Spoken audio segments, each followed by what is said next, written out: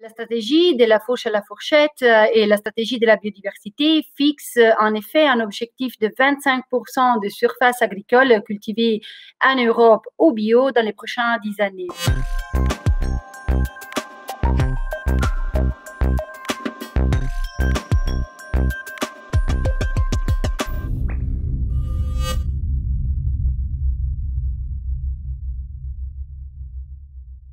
La Commission vient d'adopter à ces propos un plan d'action pour le développement du secteur bio dans les prochaines années qui vise à booster la consommation et permettre donc une croissance harmonieuse de surface pour atteindre l'objectif du 25%.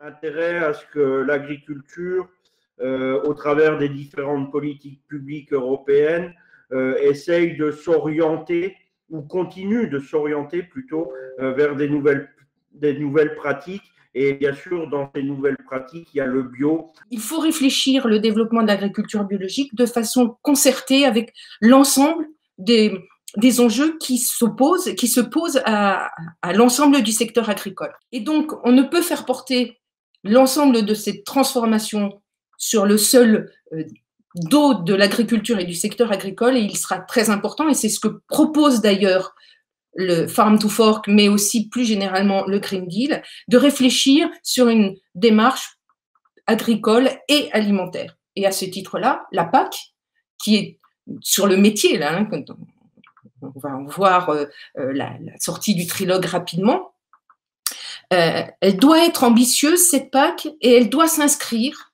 clairement dans le contexte du Green Deal. Tout est lié en agriculture. Quand on va parler d'agronomie, quand on va parler de sol, quand on va parler de climat, quand on va parler de politique agricole et de consommation de modèles alimentaires et de santé, en fait, tout est lié. Et donc, on a aujourd'hui le choix. Cette stratégie de la ferme à la fourchette, finalement, c'est un peu plus qu'une question agricole, un peu plus qu'une question alimentaire. Je crois que c'est véritablement une question de société, une question de projection, et de projection dans un monde un peu incertain. Hein. Dans quel monde est-ce qu'on souhaite vivre et dans quel monde est-ce qu'on peut vivre? Je pense qu'en effet, le développement de la bio au déficit de l'agriculture conventionnelle peut permettre de changer petit à petit, peu à peu, cette vision du monde. Et je crois qu'au cœur de tout ça, il y a la question de l'accessibilité. Je pense que pour que cette bio, elle réponde à un marché croissant, eh bien, il faut qu'on augmente l'accessibilité. C'est le moment du bio qu'il faut le saisir, et je dirais qu'au niveau français, on est prêt collectivement, je pense, à s'en saisir. Et nous, au niveau de l'État français, on est prêt, bien entendu, à travailler avec tous les acteurs et à les accompagner avec tous nos outils présents ou nouveaux à créer.